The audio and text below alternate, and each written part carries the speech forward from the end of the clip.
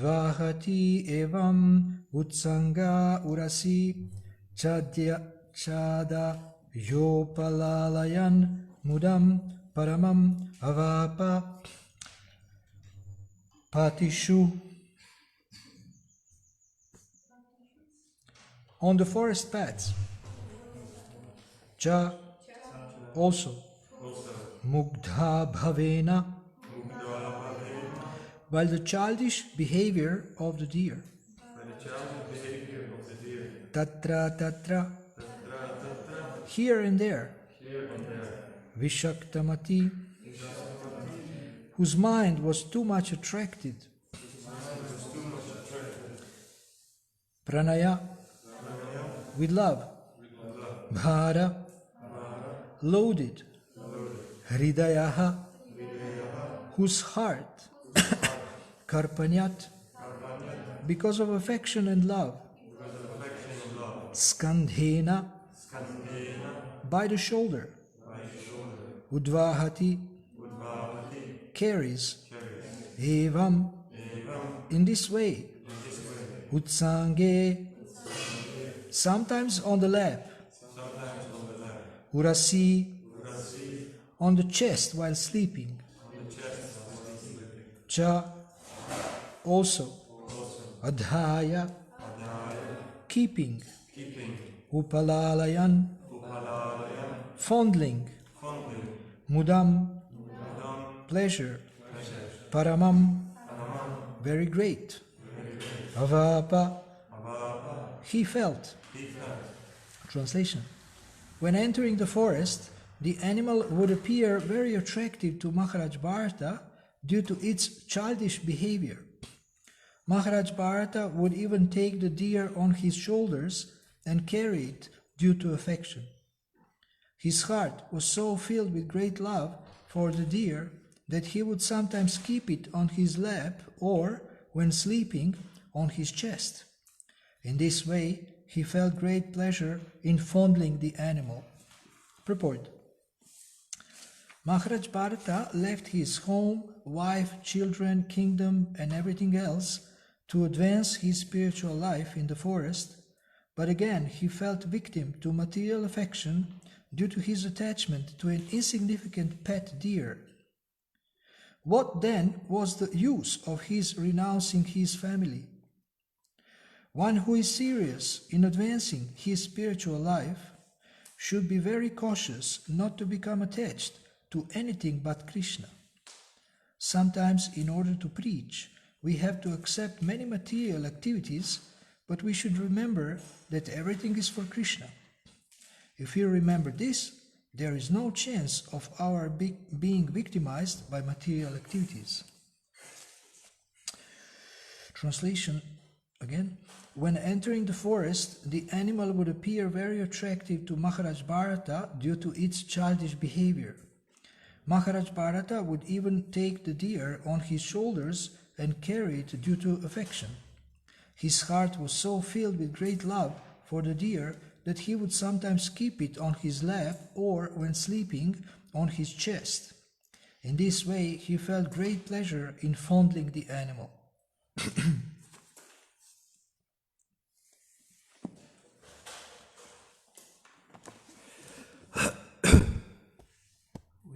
We don't take the risk of using the sound system because the electricity is shaky today. We don't want yes. to. But at least the microphone for the broadcast is there. For the internet, so yeah. Still, okay. Still I mean, you all hear me, okay.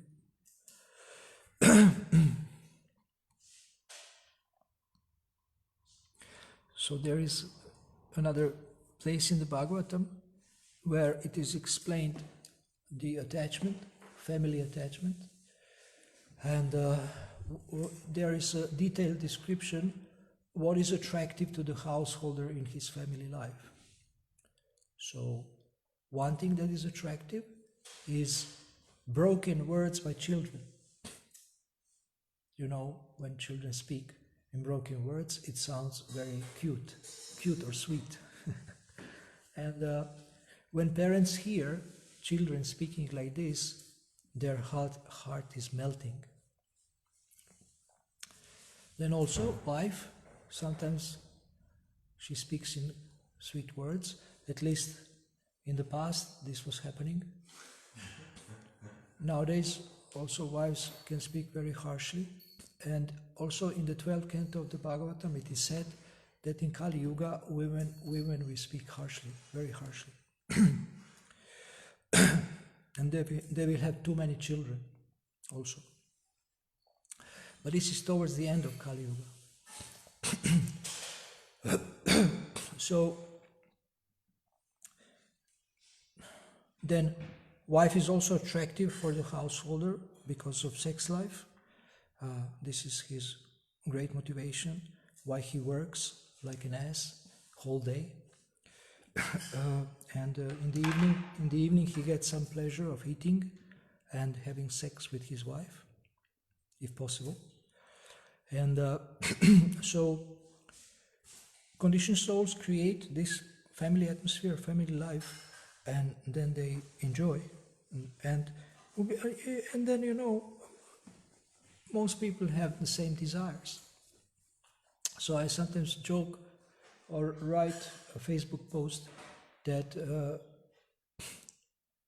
if you have the same desires as everyone else, then how can you think that you are special?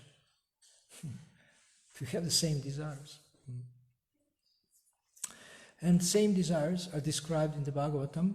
Ato griha kshetra sutapta vitair janasya moho yamaha mameti. Everyone wants to create a little kingdom, his little kingdom, where he can be a king and enjoy the material world in great forgetfulness of Krishna. So all these things that are happening in this world, all the things that are happening in this world are actually a replica or a reflection of what is happening in the spiritual world. And in the spiritual world also there is families and there is affection and there is family life, but it's all connected to God or to Krishna, and everyone is more attached to Krishna than to his or her family members. And this was also illustrated in the Brahma Vimohana Lila, when Lord Brahma has hidden calves and cowherd boys, but then Krishna expanded himself, and then their mothers felt more affection for this second set of calves and cowherd boys and cows than for their own children. So all we are trying to enjoy in this world is originally existing in the spiritual world, but here it's perverted, and we see that it doesn't work. It works for some time, but then it deteriorates. And we see how relationships deteriorate. People love each other in the beginning, they start to hate each other after some time. And if you love someone, then this love doesn't stop, if it's real. But if it's not real, then it will stop, and you will change your feelings, and feelings change, go up and down. But in the spiritual world, feelings are steady. There is this phrase, sthai bhava, steady devotion, steady love, steady affection, described in the Chaitanya Charitamrita. So who has steady love for anybody in the material world? It goes up and down. And also, people say to each other, I love you, but actually they don't really love. They want something from the other person. They want something. I need you to fulfill my needs. So there is one Muslim preacher, one lady from California. She has described a very clear distinction between attachment and love. This is not the same thing. Love and attachment is not the same thing. Attachment is selfish and love is selfless. Real love is selfless. Pure love is selfless. And attachment has to do more with me if I'm attached to someone and not so much with that other person. So we are so fortunate to get this information, what is real and what is false, and what is the imitation, or what is the replica, or I don't know, something. how you say, copy or imitation of the real thing. It's like in a theater play or in a movie, you have this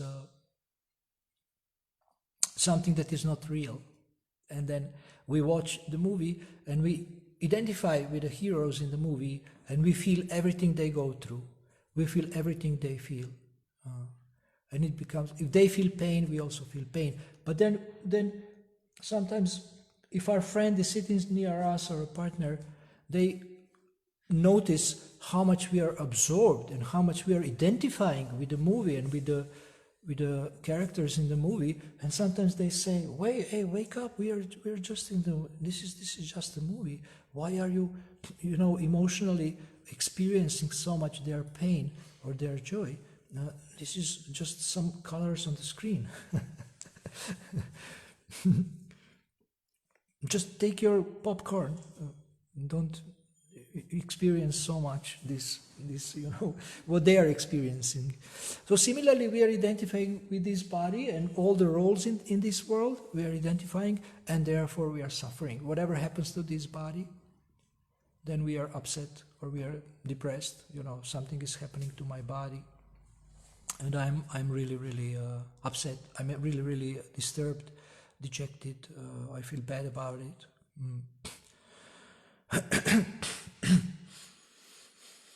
On the other hand,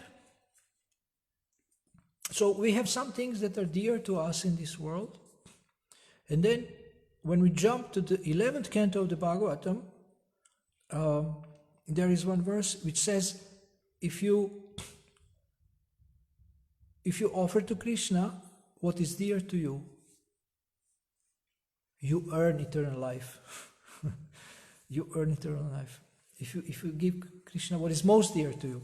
And then in the purport, the commentators, they actually mention wife, children, money, some other things that people are attached to.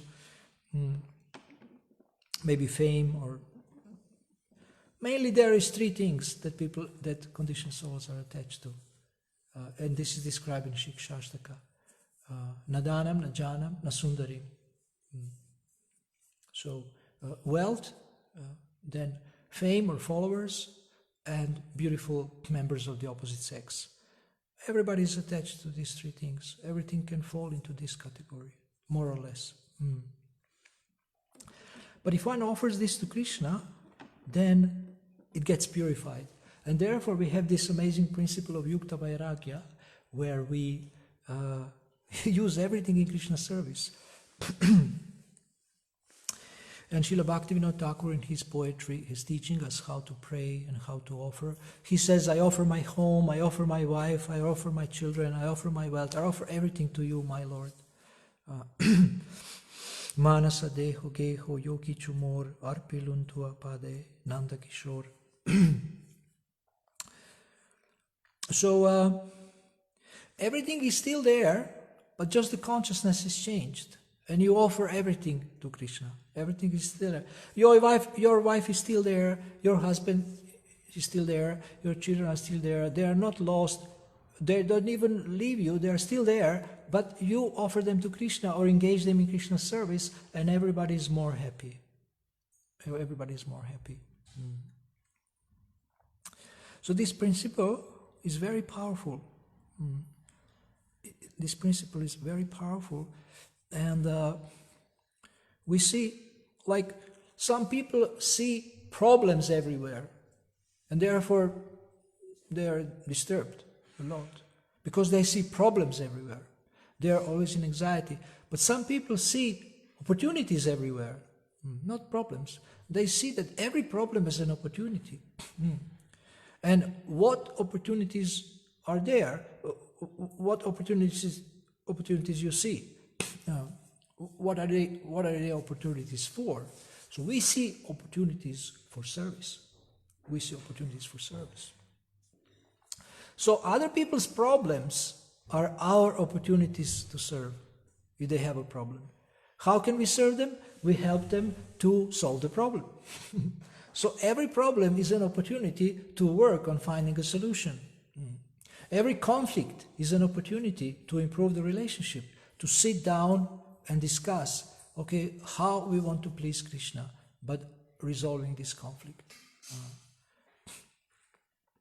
People are afraid of conflicts, people are afraid of problems, but they are not meant to crush us or to kill us, they are meant to actually make us strong, and there is always a valuable lesson there when we have a problem or a conflict. So this is something that is, I would say, like magic. It's like magic. You have heard about the book, very famous book, Alchemist, and you have also heard from the Shastra that turning iron into gold, turning lust into love, or what is this by initiation? Can you remind me? There is this, by initiation, there is some transformation, and there is some metaphor? Yeah, something with bell metal. Bell metal? But I'm not sure exactly how What was the question? When one gets initiation, then he transforms, and there is metaphor that you can, there is one metal and it becomes, but it's not iron, it's Lead. what? Lead. No. Anyway, iron and gold is good enough. So turning iron into gold. So, turning lust into love. Bhaktivedanta Maharaj wrote this book, Spiritual Warrior 2, Turning Lust into Love. This is amazing, wonderful book. And when you read his book, you can think, some people may think, oh, this is New Age and he's too lenient, he's giving so much space for sense gratification. But actually it's not true. If you read carefully, he's very strict. He's very strict about what does it mean to turn lust into love. So the original love that conditioned souls have, prema, is actually degenerated into kama. And this so-called love or lust is actually perverted reflection of the original love. Perverted reflection. So we have to go back to the real thing. There is one book called Let's Get Real or Let's Not Play. It's about business, but it's about like honestly speaking and having like win-win approach to business, where you don't have this approach to selling or to business sell and run, but you have approach that let's do business whole life. So therefore let's develop trust and let's really help each other and have a win-win solution or have a win-win approach to business. And some people, they are satisfied to cheat and fly away and in this way make money. But one who is practicing ethical business, then he understands the value of a customer, like lifetime value of a customer. And if you have many loyal customers, then you can actually have a very good business and make a lot of money. By having loyal customers, and they bring new customers through referrals, and you don't worry about your business, even in the time of crisis. So nowadays there are experts who teach people how to make money in this crisis time, and maybe there will be more recession, there will be many businesses have shut down, there is crisis. People had some savings, they now spent them over the 3 months of coronavirus, and now they don't know what to do, and there is so many problems. People are laid off, big companies fire people. And then there is some experts who say, oh, I have survived 2 recessions in my life, because they have they're 70 years old. So there was one recession, I don't know, in the 30s, or so they say, oh, I have survived 2 recessions already. This is the 3rd one, so I will tell you what to do.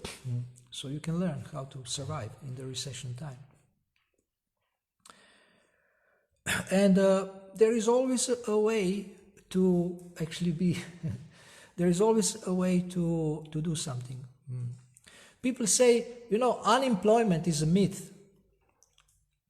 Oh, there is unemployment, there is no jobs, and Donald Trump wants to create jobs for people. every president say we will create jobs and there will be economic development, we will all be enjoying, we will be happy on this planet of death. So, but actually, there is no time in history when there is no job, when there is no work. There is always work. If you want to work, you will find work.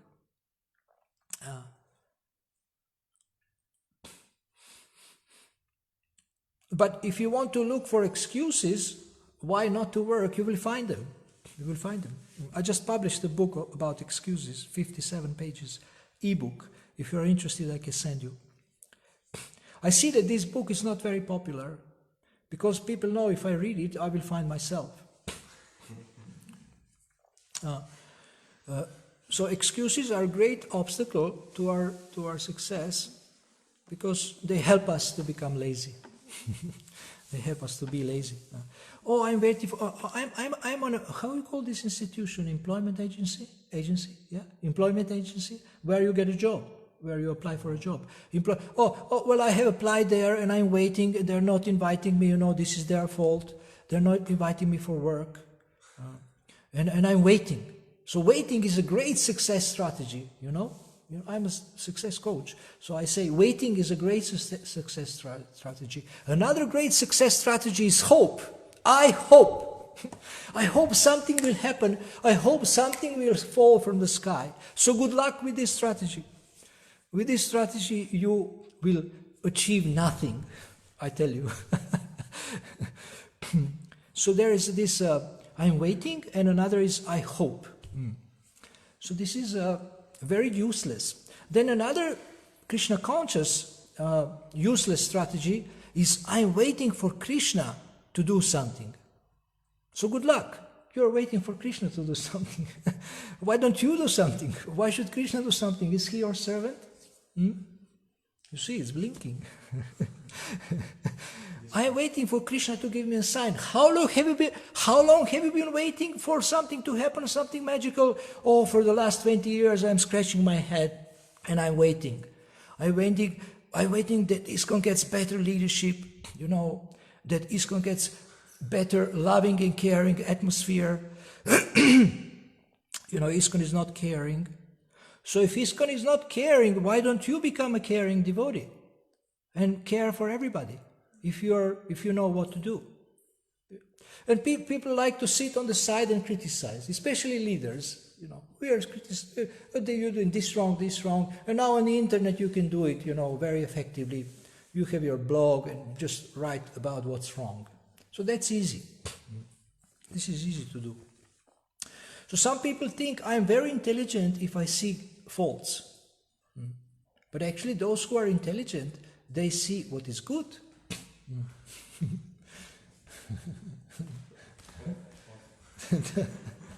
They see what is good more than what is wrong.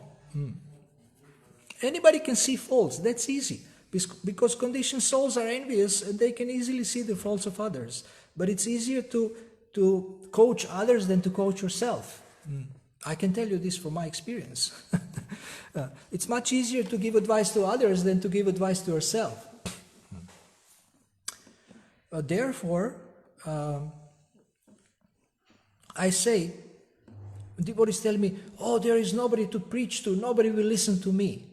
So I say, why don't you preach to your mind? This is your great client, or great aspiring bhakta.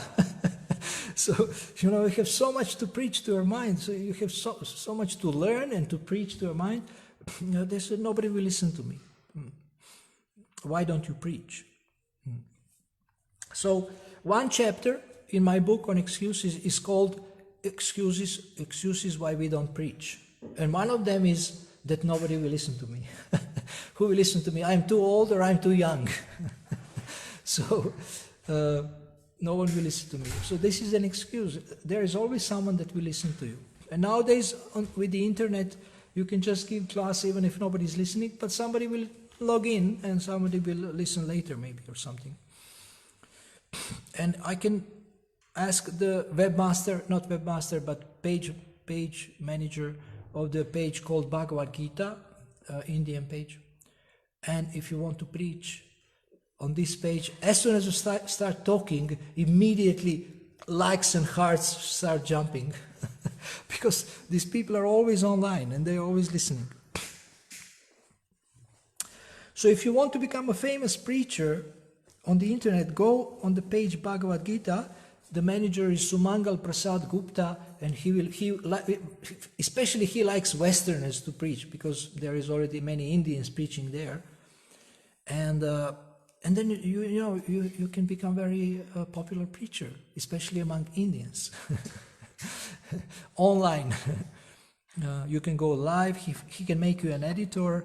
So there is so many opportunities, there is no excuse. So we see here Bharat Maharaj is enjoying this cute small deer, baby deer.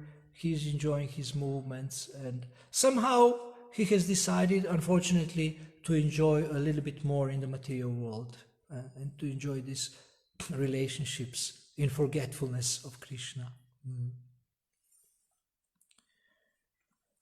And now somebody say, does it mean I become cold, I become emotionless, I become cruel, I become merciless? No, Srila Prabhupada was so affectionate. He would often cry, and he was so loving that his followers up to this day are continuing this movement, because he was so loving and caring, and they feel obliged to him for everything he has given. And he would say to the Indian students in America, he said, I have not come here to take something from you. I have come here to give you something valuable. So what could have Maharaj Bharata have done to follow this principle, which is at the end of the purport, basically Yukta Vairagya, engaging everything in Krishna's service? We mentioned this also, that he could have chanted to the deer, he could have fed the deer with prasadam, he could have finished his worship and then give some time and maybe preach to the deer, and do anything that is possible to do Krishna conscious, that to benefit also deer in a Krishna conscious way, and to help the deer to connect with Krishna, And he didn't have to neglect his spiritual practice and his relationship with Krishna. And if you have a relationship with Krishna, it doesn't exclude your relationship with others, but actually it makes these relationships perfect and pure.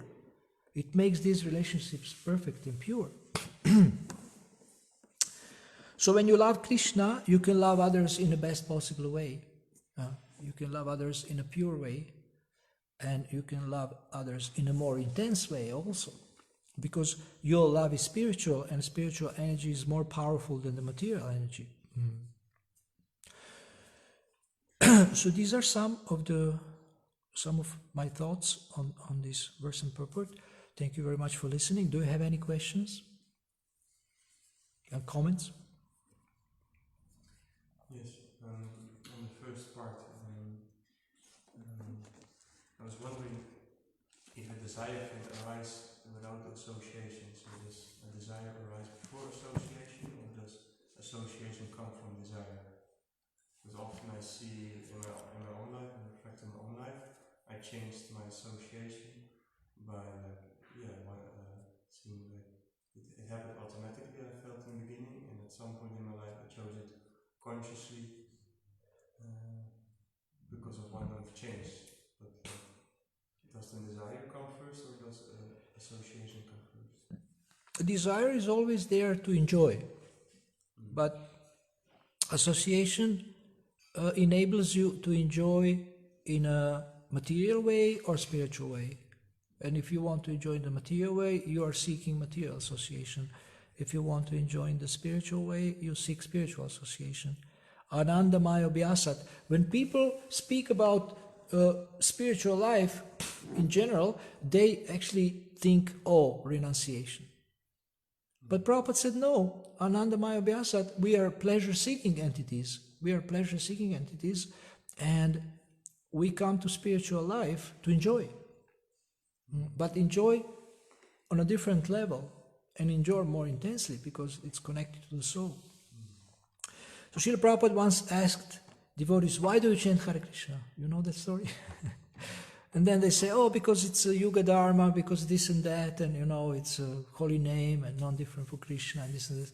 And one devotee said, because I like it. And Prabhupada said, yes. Yeah, because he enjoys chanting. That's why he's chanting. So it's all about enjoyment. And rasa is, people want to enjoy relationships the most. And if you purify your heart, you can enjoy relationships in the best possible way. If you have an attitude of a servant, then everybody will love you. And you can love everybody because you don't want anything from them. And they can get everything from you. So the greatest frustration comes from relationships. And the greatest joy comes from relationships. The greatest pain comes from relationships. And the greatest happiness comes from relationships. So we don't have to feel guilty about wanting to enjoy, but we just have to understand that we are trying to enjoy on the wrong platform. And it will not bring us, it's temporary. It will not bring us permanent happiness. And Ananda Mudivardhanam, if you enjoy on the spiritual platform, it increases more and more. And your heart becomes so excited, elated, delighted, and you enjoy true happiness, and it's always expanding. It's always expanding. So desire of the living entity is always there to enjoy, but you need to choose what type of enjoyment you will get. Is that okay? I mean, more like, does this desire, they say, what comes first, the chicken or the egg? So what comes first, the desire, or does a certain association create this desire? Because desire is a symptom of the soul, so it's always there with the soul. Is it activated? Is it activated? Does it come up because we have probably much higher desires for certain Krishna, but it's not yet present or not yet visible? It's not awakened. Yeah, it's dormant, asleep. Well, association definitely creates desire. If we associate with devotees, we see how they're happy and see, well, I want to be like this also. You see somebody who is very advanced and pure, and you say, I want to be like him, because he seems so happy, so peaceful, so, useful for people, or has a service attitude. And it's very important to have role models. If you have somebody who is like a role model, then you can follow them. I remember one devotee came from England once to Zagreb, Croatia, and he was a disciple of Bhagavan Prabhu, and he was just completely like him, like imitating him, like walking like him, and he was also like his height, and talking like him. Well, also when I came to Villa Vrindavan, then most devotees, they sang like Bhagavan. They tried to sing like Bhagavan. So following in the footsteps, sometimes you try to imitate someone, you want to become like someone, and you try to imitate, but this is not enough. You have to go deeper and try to, imbibe or develop higher consciousness, if they have higher consciousness. And then you can, in this way, you can follow in the footsteps. But just imitating externally will not bring you happiness. Maybe bring you some fame a little bit, but for some time, but not happiness. So, yes, you're right. Association is everything. Therefore, we associate with Krishna through the holy name. We associate with Srila Prabhupada's teachings, with Srila Prabhupada through his Vani. And now you reminded me, I must say this. You have been to Radhadesh, and maybe you know about this website called Vanipedia, Mm-hmm. It's just so incredible. I made an interview with Vishnumurti Prabhu, 30 hours.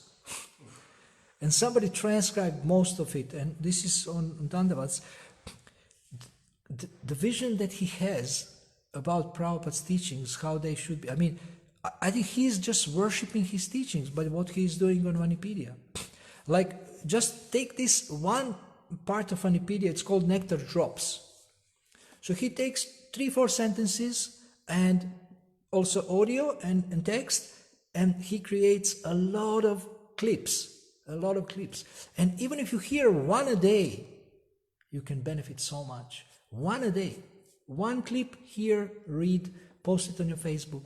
Amazing thing. Like micro advancement, or micro progress.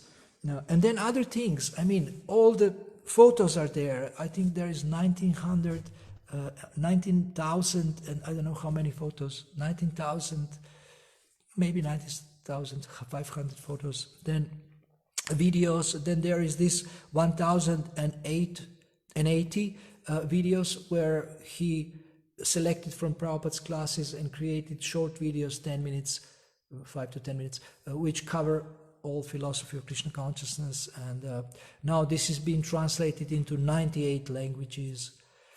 And then there is, I mean, last time I met him, he said, oh, we just sorted out Krishna.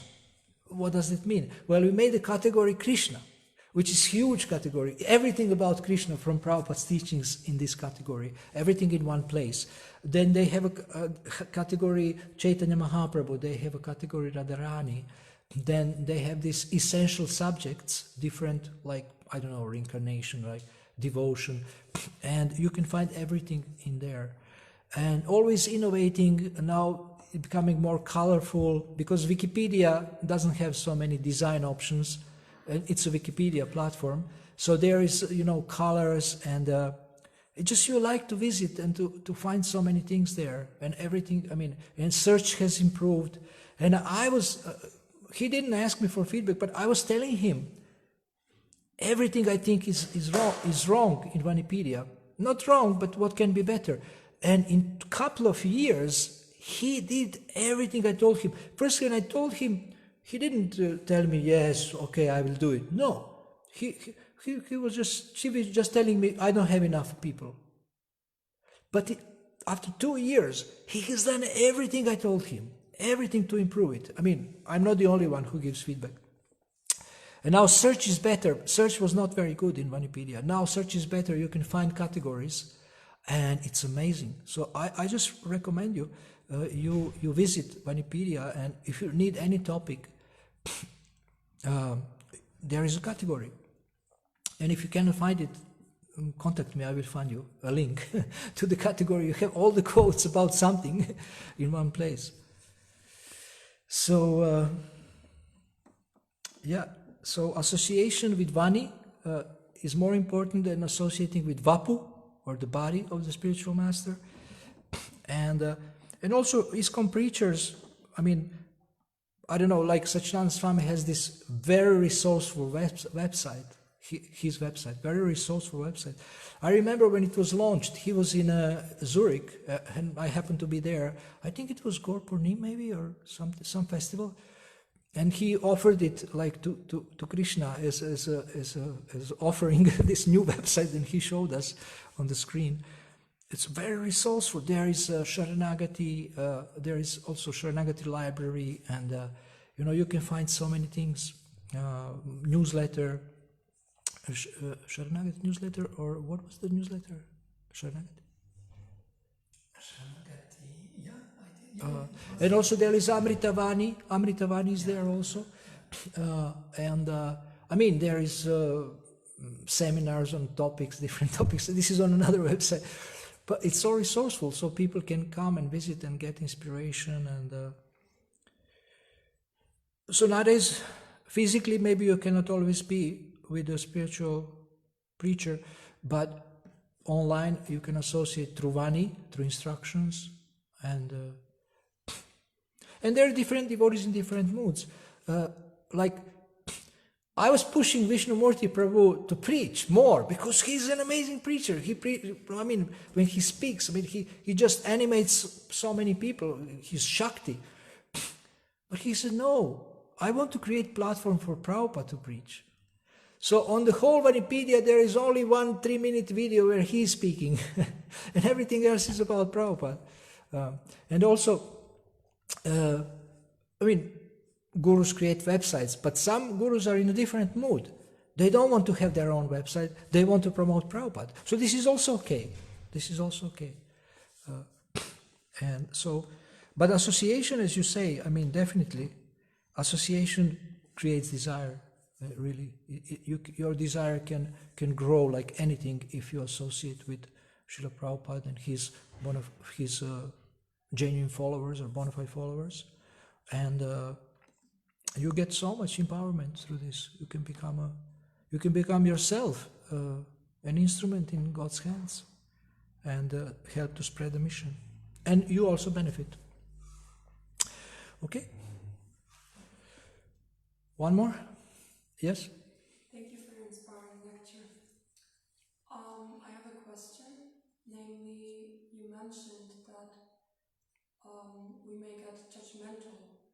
And I was wondering, sometimes there are uncomfortable situations. And in these uncomfortable situations, we see that persons can get very judgmental. And then we ourselves, we observe, and we may get annoyed. Actually, but at the end we ourselves get judgmental, not about the situations, but about the persons who get judgmental. You are judging the judge. Yes. So according to your realization, how do we change that? I remember when only time I went to India, it's only once I went to India, in 1990, and then there are so many devotees in Mayapur, in Vrindavan, and then somebody told me, oh, here there is two kinds of devotees. There is devotees who criticize and those who criticize those who criticize. So I thought, well, I don't want to be in any of these categories. I was just struggling with mosquitoes, with digestion.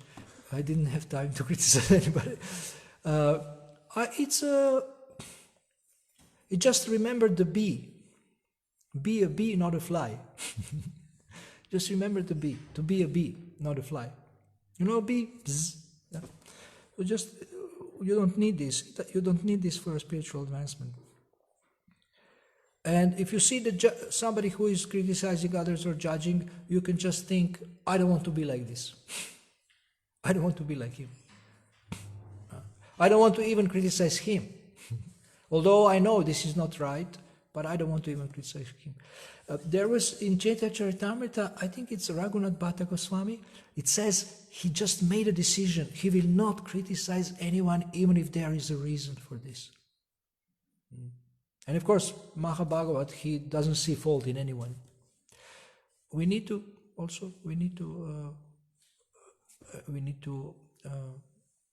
assimilate that mood. Although on the Madhyama level, we make distinction between those who are envious and demons and things like that, people like that.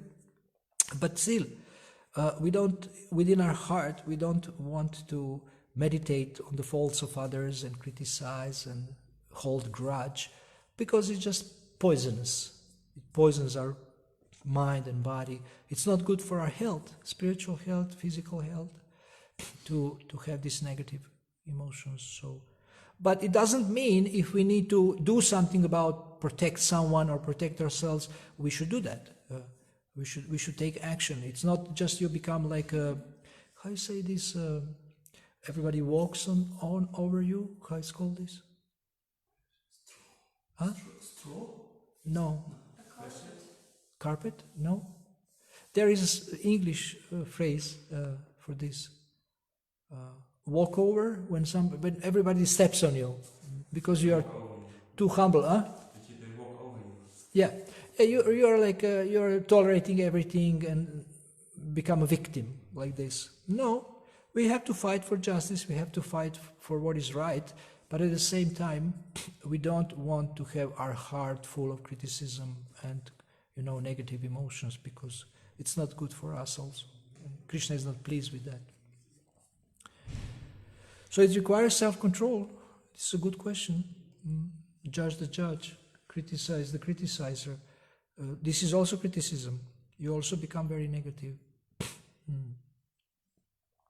Once we had a temple council meeting in Soho, in London, and then I think one devotee was not there, and I was so upset because he's always criticizing devotees.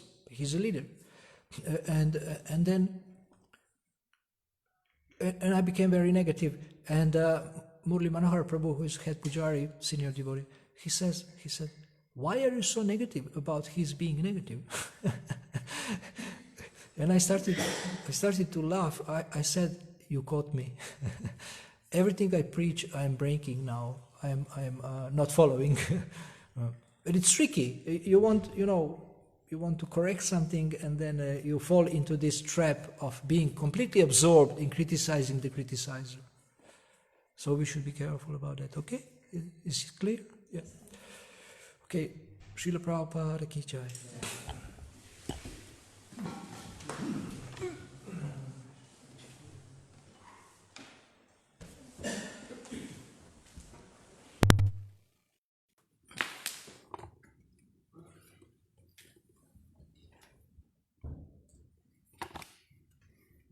Today we have dark darshan.